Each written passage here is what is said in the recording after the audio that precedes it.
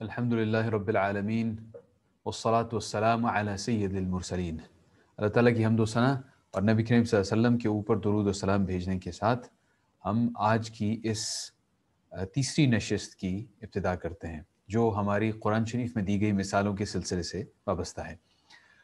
تو میرے عزیز بھائیو، ہم نے پچھلے 2 دنوں میں چند ایک مثالیں دیکھیں۔ کل خاص طور پہ ہم جس مثال کے بارے میں بات کر رہے تھے وہ تھی نبی کریم صلی اللہ علیہ وسلم کے سکھائے گئے طریقے کے مطابق صدقہ دینا، اور اس سے انسان کو اللہ تعالیٰ کی طرف سے کس چیز کا وعدہ کیا جا رہا ہے۔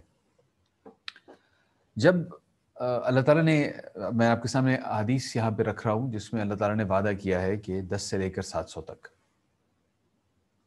اوپر والی حدیث کے اندر متفق علیہ بخاری اور مسلم دونوں کے اندر ہے، نیچے والی حدیث مسلم کے اندر ہے۔ اور ہم نے کل یہ بھی بات کی تھی کہ علم یقین سے عین الیقین کا جو سفر ہوتا ہے وہ مسلمان کیسے طے کرتا ہے، اور صحابہ کرام کے عمل کے اندر ہمیں وہ عین الیقین نظر آتا ہے۔ مثال کے طور پہ حضرت ابو بکر رضی اللہ تعالیٰ عنہ کے زمانے خلافت میں ایک دفعہ قحط پڑا، لوگوں کے پاس کھانے پینے کو کچھ نہیں تھا۔ حضرت عثمان نے کچھ عرصہ پہلے، جیسے آپ کو معلوم ہے وہ تجارت کیا کرتے تھے، انہوں نے کچھ عرصہ پہلے اپنا ایک قافلہ بھیجا ہوا تھا چیزیں خریدنے کے لیے۔ اب اس قافلے نے مدینہ آنا تھا اور حضرت عثمان نے اس کے بعد پھر ان چیزوں کو فروخت کرنا تھا مدینہ کے اندر۔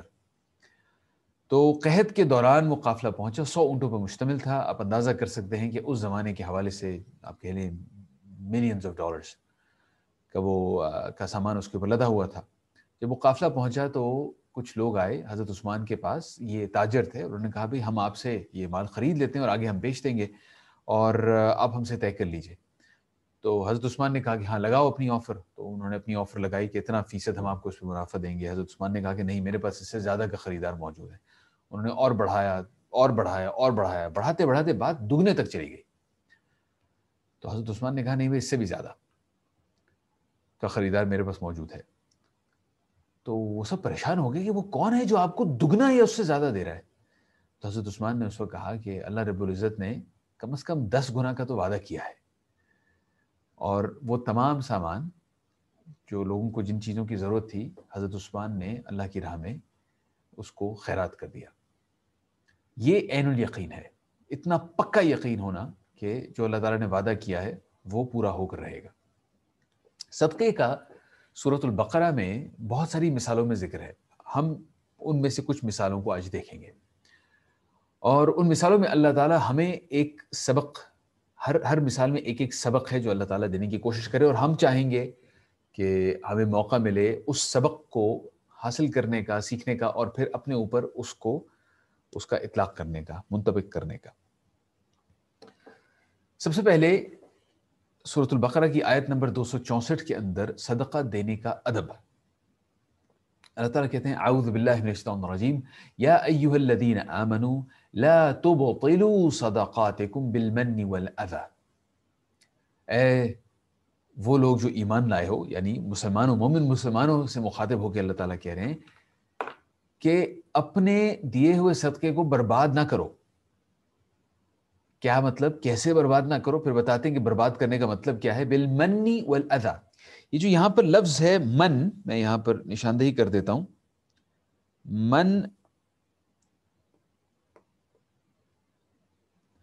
من کا مطلب ہوتا ہے کہ آپ کسی شخص کے اوپر اپنا احسان جتلائیں۔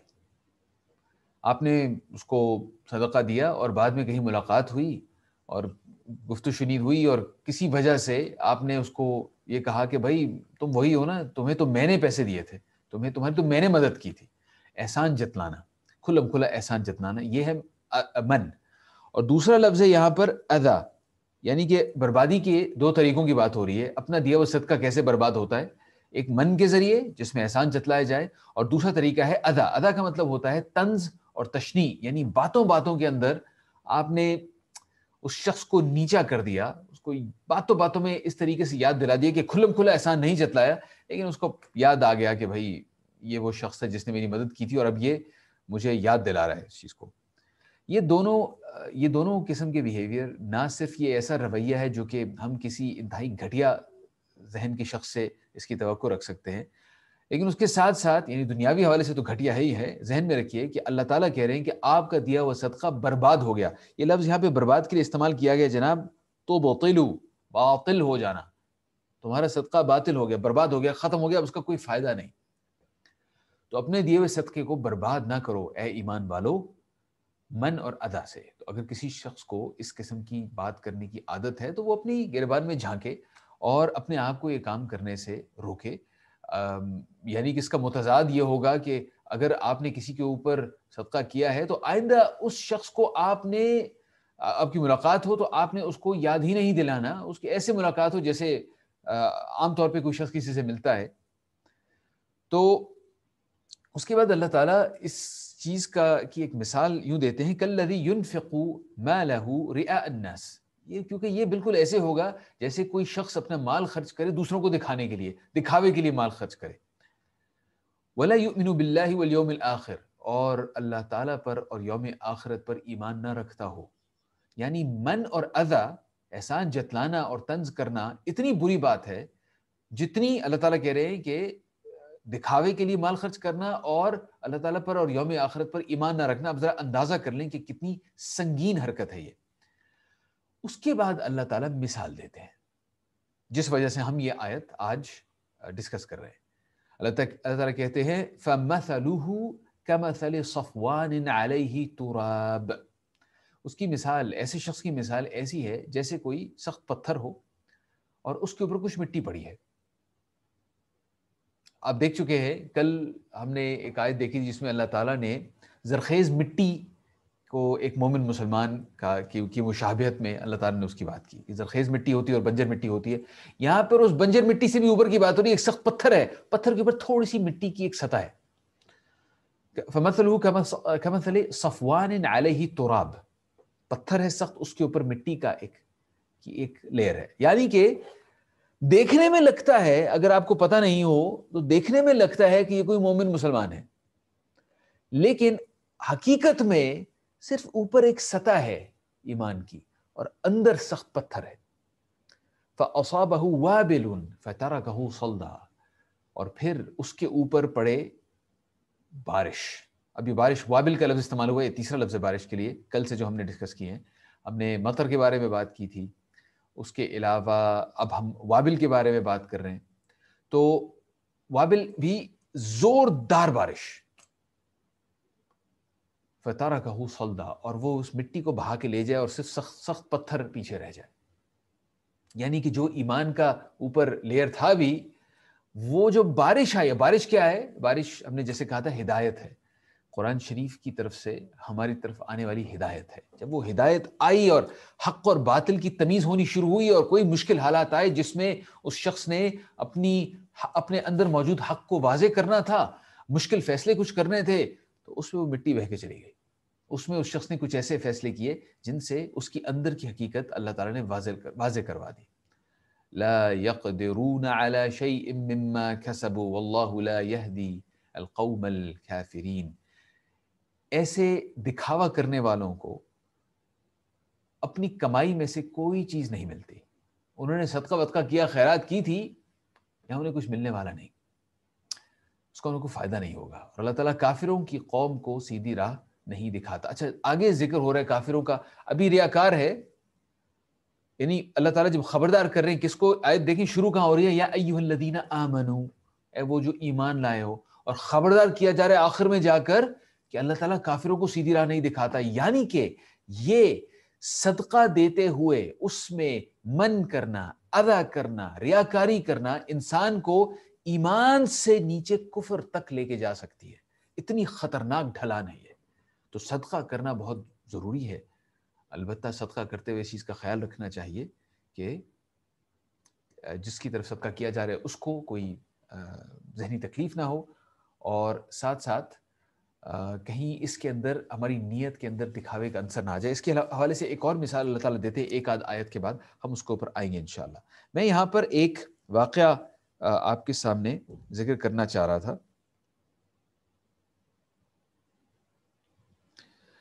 وہ یہ ہے کہ حضرت عائشہ رضی اللہ تعالی عنہا جب خیرات کیا کرتی تھیں تو جو خیرات کے سکے ان کے پاس ہوتے تھے، اس زمانے میں سکے استعمال ہوتے تھے کرنسی کے طور پہ، تو وہ سکوں کو صاف کیا کرتی تھی. تو ان کی خادمہ ان سے کہتی تھی کہ آپ کیا کر رہی ہیں اماں عائشہ، یہ اس کی کیا ضرورت ہے، آپ نے جس کو دینا ہے وہ آگے استعمال کرے گا. تو حضرت عائشہ کہتی تھی کہ یہ جو سکے ہیں یہ صدقے میں دیے جا رہے ہیں، یہ اللہ تعالیٰ کو دے رہے ہیں. جو ہم اللہ تعالیٰ کو سکے دے رہے ہیں تو وہ ہم اپنی طرف سے بہترین چیز دیں. اس کے پیچھے سوچ وہی ہے کہ جس شخص کو دیے جا رہے ہیں اس کو کہیں یہ محسوس نہ ہو کہ اس کے لیے تکلیف کا باعث ہے. یہ اپنی طرف سے بہترین چیز اس کو بھی دی جا رہی ہے، کیونکہ حقیقت میں یہ ہم اس کو نہیں دے رہے. جب ہم خیرات کر رہے، صدقہ کر رہے، یہ حقیقت میں ہم اللہ تعالیٰ کو دے رہے ہیں. یہ پہلی مثال تھی. اب ہم دوسری مثال پہ جاتے ہیں جو آیت نمبر 265 کے اندر ہے. اس کا تعلق بھی صدقے سے ہے، اور اس میں اللہ تعالیٰ بتاتے ہیں کہ بھئی اب پریشان نہ ہونا کہ صدقے میں اللہ تعالیٰ آسانی بھی کرتے ہیں. وَمَثَلُ الَّذِينَ يُنْفِقُونَ أَمْوَالَهُمْ ابْتِغَاءَ مَرْضَاتِ اللَّهِ، ان لوگوں کی مثال جو اپنا مال خرچ کرتے ہیں اللہ تعالیٰ کی رضا حاصل کرنے کے لیے. ابتغاء مرضات اللہ، اللہ تعالیٰ کی رضا حاصل کرنے کے لیے، یعنی ان کی نیت میں کوئی فطور نہیں ہوتا، بالکل صاف دل سے اللہ تعالیٰ کی رضا حاصل کرنے کے لیے وہ کرتے ہیں. وَتَثْبِيتًا مِّنْ أَنفُسِهِمْ، اب یہاں پہ اہم لفظ ہے تثبیتاً، میں وہ مارک کر دیتا ہوں یہاں پہ، ذرا اس کے بارے میں سوچئے. وَتَثْبِيتًا مِّنْ أَنفُسِهِمْ، کہ ان کے اندر جو کچھ ہوتا ہے اس کی تثبیت کا اردو میں مطلب کچھ یوں بنے گا کہ اس کی تائید کے لیے، اس کی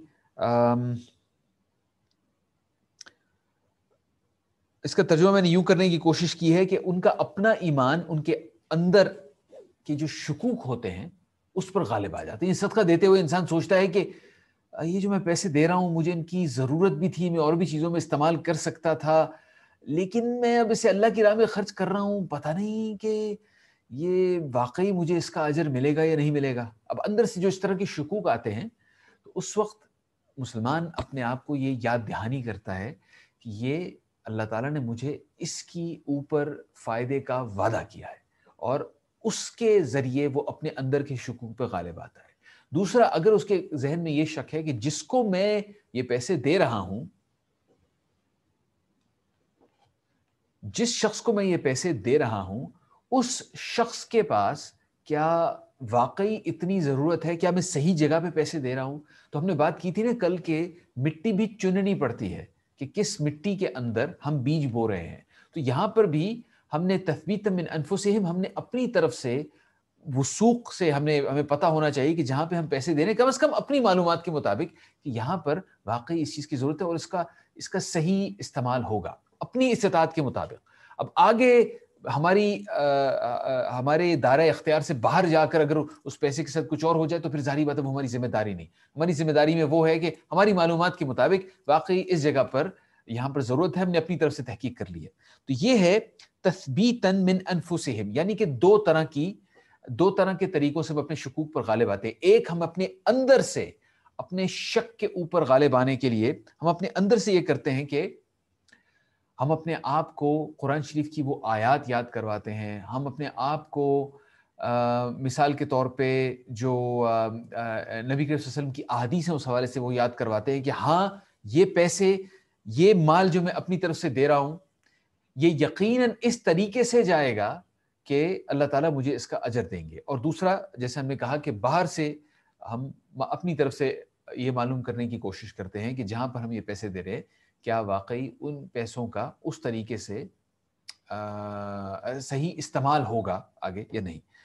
اچھا، اس کے بارے میں کمثل، مثال اللہ تعالیٰ یہ دیتے ہیں کمثل جنت، یہ بالکل ایسے جیسے کوئی باغ ہو، بربوۃ، ربوہ کا مطلب ہوتا ہے اونچی جگہ، ایک اونچی جگہ. کمثل جنت بربوۃ، ایک باغ ہو جو ذرا اونچی جگہ پر ہو. اور اونچی جگہ پہ باغ ہونے کا مطلب یہ ہے، اور آپ میں سے جتنے لوگوں کو کھیتی باڑی کرنے کا تجربہ ہے یا اس کے بارے میں جانتے ہیں، آپ کو پتہ ہے کہ نسبتاً اونچی جگہ پہ ہونے کا کچھ فائدہ بھی ہوتا ہے.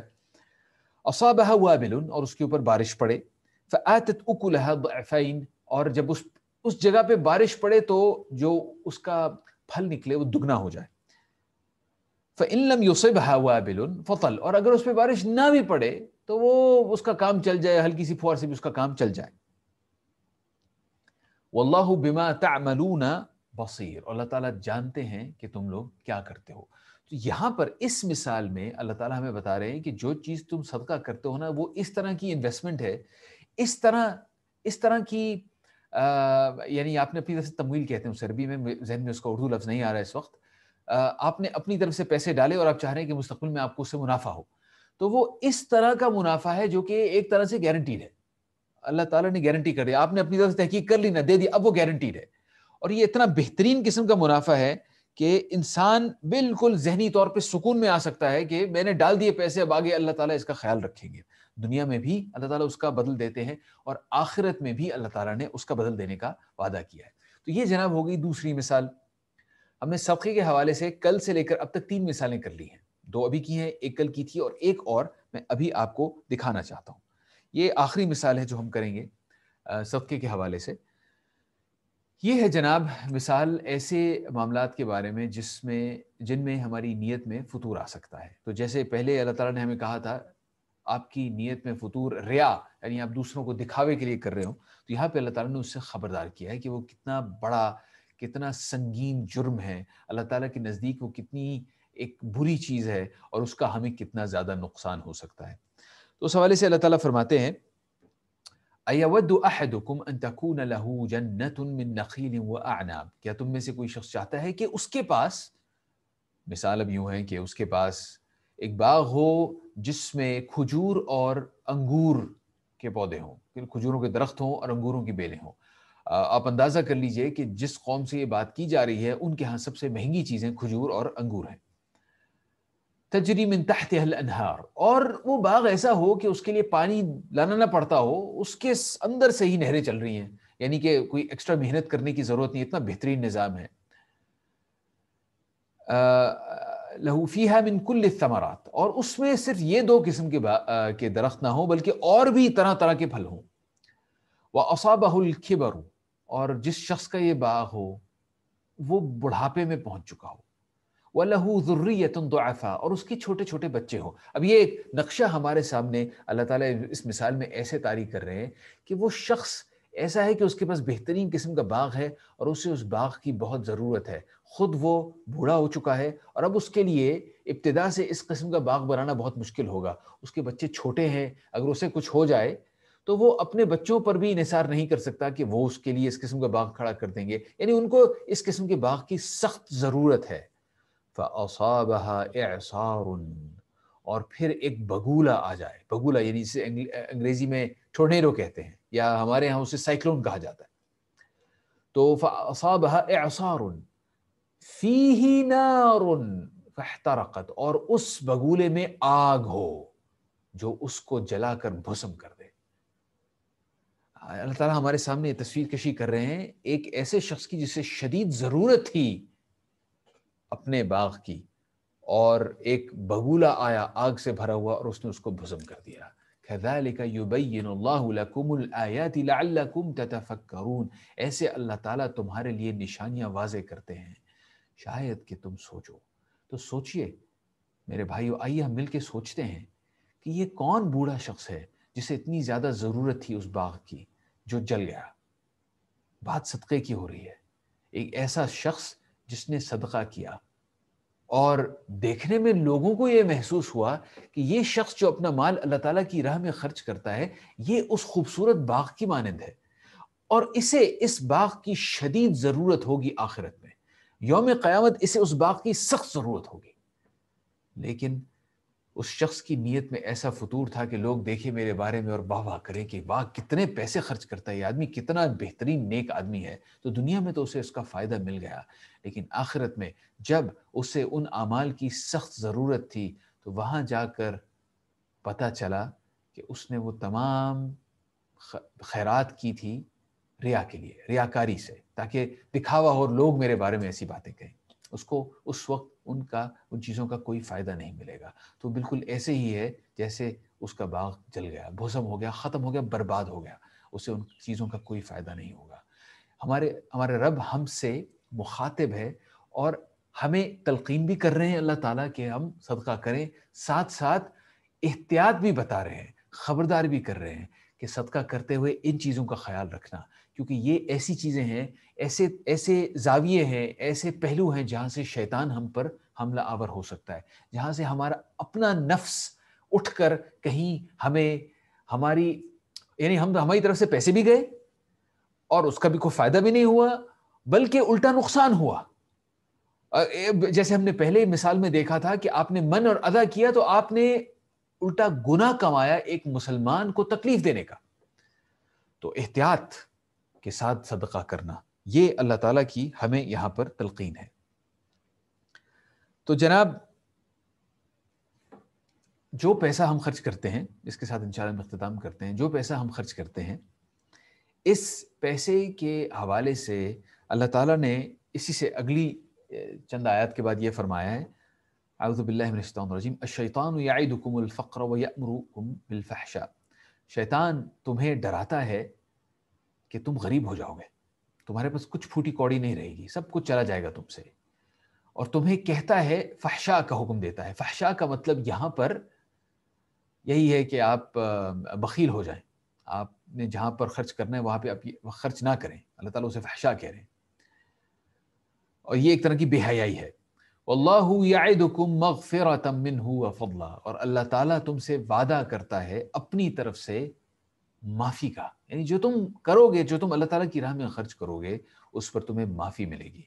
تم نفع چاہتے ہو، نفع بھی ہے، وفضلا، اس کے بعد تمہیں اس میں سے نفع بھی ملے گا، لیکن اللہ تعالیٰ کی مغفرت اس سے بلند چیز ہے، اس سے بہتر چیز ہے، تمہارے لیے اس سے بہتر ہے، اس کا ذکر پہلے کیا۔ واللہ واسع علیم، اللہ تعالیٰ کے پاس بہت وسعت ہے، تمہیں اس کے بدلے میں اور پیسے چاہیے، اللہ تعالیٰ دے گا، گارنٹی ہے، اس کے بارے میں فکر نہ کرو، لیکن اس سے زیادہ اہم چیز اللہ تعالیٰ کی مغفرت ہے، وہ ملے گی۔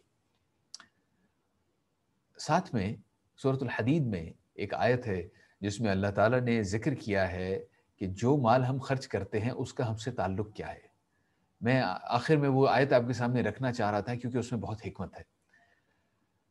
اللہ تعالیٰ فرماتے ہیں، اعوذ باللہ من الشیطان الرجیم، آمنوا باللہ ورسولہ، اللہ تعالیٰ پر ایمان لاؤ اور اس کے رسول پر، وانفقوا مما جعلکم مستخلفین فی الارض، مستخلفین فیہ، اور خرچ کرو اس چیز سے، اس مال میں سے جس کا اللہ تعالیٰ نے تمہیں جانشین بنایا ہے۔ جو مال آپ کے اور میرے پاس ہے میرے بھائیوں، یہ مال ہم سے پہلے بھی تھا اور ہم سے بعد میں بھی ہوگا، ہم عارضی طور پر اس کے جانشین ہیں۔